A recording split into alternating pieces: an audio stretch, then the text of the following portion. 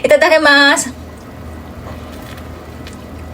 Oh, hi mga ka-sweet life! For today's video, tayo ay gagawa ng tinapay at ang tawag nila dito ay cornet bread. Yes, marami kayong option dito na pwede nyo ipalaman. At dito nga dahil gumawa tayo ng buko pie filling natin kung matatandaan nyo yan. At ilalagay ko na lang sa comment section yung kanyang recipe kung paano ko siya ginawa. Tapos nilagay ko lang siya sa piping bag guys. At nirest lang natin kasi nga natira lang yan natin sa paggawa nating buko pie. Tapos dito gagawa na tayo ng ating mga sangkap. Ito yung pagtimbang-timbang pa ng lola nyo. No? Siyempre kailangan ay sakto lang yung ating mga sukat. At ilalagay ko na lang sa comment section or dito sa ating screen kung ilan yung dami ng ating mga ginamit. Gumamit lang tayo ng all-purpose flour. Ng ating gold yeast. Yes, gold yeast ang ginagamit ko guys kapag ganitong taglamig kasi maganda siya at mas mabilis siyang mag-rise kapag gold ang ginamit natin. And then naglagay lang tayo ng itlog, asukal at ng shortening. At hindi tayo pwedeng gumamit ng butter dito guys kasi titigas kagad yung ating tinapay. Kapag butter yung ginamit natin, alam nyo na kapag ganitong malamig ang temperatura, mas mabilis silang tumigas. Tapos nag-add din tayo dito ng tubig. Actually, etong pagkakalagay ko dito ng bread flour natin, bagong branda naman kasi itong ginamit natin. So hindi ko siya gamay guys kasi depende yan sa branda gagamitin nyo. Minsan may matakaw sa tubig, merong sakto lang. Katulad nung binibili kong bread flours from school namin, sakto lang siya. So ito medyo ano siya, malabsa. Kaya ang ginawa ko, nag-add ako ng another flour dito. Tapos ayan, kung makikita nyo, gumamit lang din tayo ng automatic natin na mixer kasi ayun ang lola nyo magmasa-masa. Pero next time ipapakita ko sa inyo pag gumawa tayo ng tinapay ay mamanumanuhin. Dahil may bago tayong tools na nabili. Actually, hindi siya tools. Paraan lang, no? Kung paano natin siya hindi kakamayin pero wala tayong di kuryenteng gagamitin. Tapos dito hinihiwa-hiwalay ko na yung pang cornet natin at yung ginamit natin pang burger. Tapos iniwalay ko yung pang burger guys kasi pareho lang din naman ang recipe niyan. Tapos ayan, kung makikita nyo, medyo malambot yung tinapay ang ginawa ko. Sinausaw ko lang ng konti sila sa harina para lang medyo maging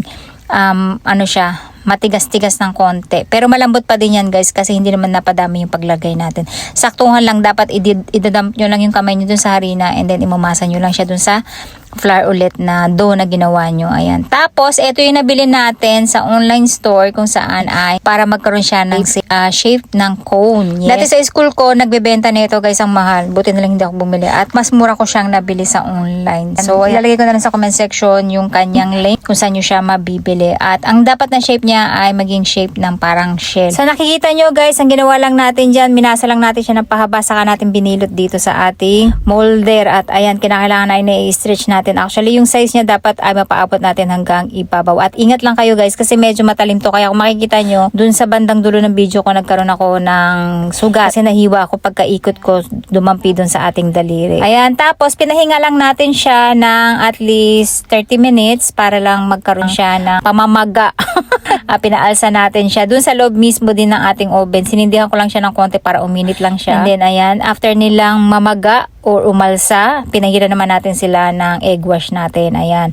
Ito naman yung para maging shine bright like a diamond yung kanilang pagkaluto. Tapos, sinalang lang natin sila sa 140 sa loob ng 20 minutes. Actually, mas maganda guys kung malit lang yung oven yung ganito. Mas okay na 120 nyo lang siya kung ayaw nyo yung parang sunog yung ibabaw. Although hindi naman siya sunog. Dark brown nga lang siya. Gusto ko kasi medyo light brown lang. Ano. So, next time pag sinalang natin yan at kayo rin, para may idea kayo na 120 ang init lang niya at dapat ay 20 minutes. So, ayan yung tinatanggal na natin yan guys. Nahiwain lola nyo. Ayan, yan, time na yan. At hindi ko nga nakita na, ay, pinutol ko na siguro yung pagkakasayad ng ating daliri. Tapos, hintayin nyo lang ng konti na lumamig yung inyong tinapay bago nyo ilagay yung inyong ipapalaman katulad ng ating buko filling. At pwede dito guys yung custard at yung chocolate. Actually, itong custard tsaka yung buko filling ay iisa lang ang lasa. Ang pinagkaiba lang nila guys ay meron lang talaga siyang buko. Kaya bagay na bagay din siya sa ganitong klaseng tinapay at itry nyo din guys. Guys, yung ating buko custard na tinapay, ayan. At syempre, hindi mawawala yung ating taste test. Ayan nga, at lumalabas na kasi malamig na yung ating custard. Ayan, guys. Pag bagong luto kasi ito, medyo malapot. So, mas maganda talaga kung lalaputan na pala natin ng husto, no? Ayan. Ang ganda niya, guys. Tingnan nyo, ang social. Itadakimasu. Masarap pag mainit-init. Grabe, guys. Ano ba naman diet natin? Ang sarap ng tinapay. Ang nilamnam ng tinapay natin kasi may skim milk. Meron pa tayong custard buko. Bagay na bagay. Gumagawa kami sa school nito. Cider custard, chocolate yung nilalagay namin guys. Ang sarap na tinapay guys, ang lambot. Ano ba yan? Hindi tinipid. Sirang-sira yung diet natin. Grabe. Diet ba talaga ako? Ang dali niyang kainin kasi malambot sobrang tinapay natin. Magaang. Ang sarap niya guys. Pwede niyo palitan ng chocolate or ng milk custard lang yung inyong palaman. Problema ko na naman tagakain.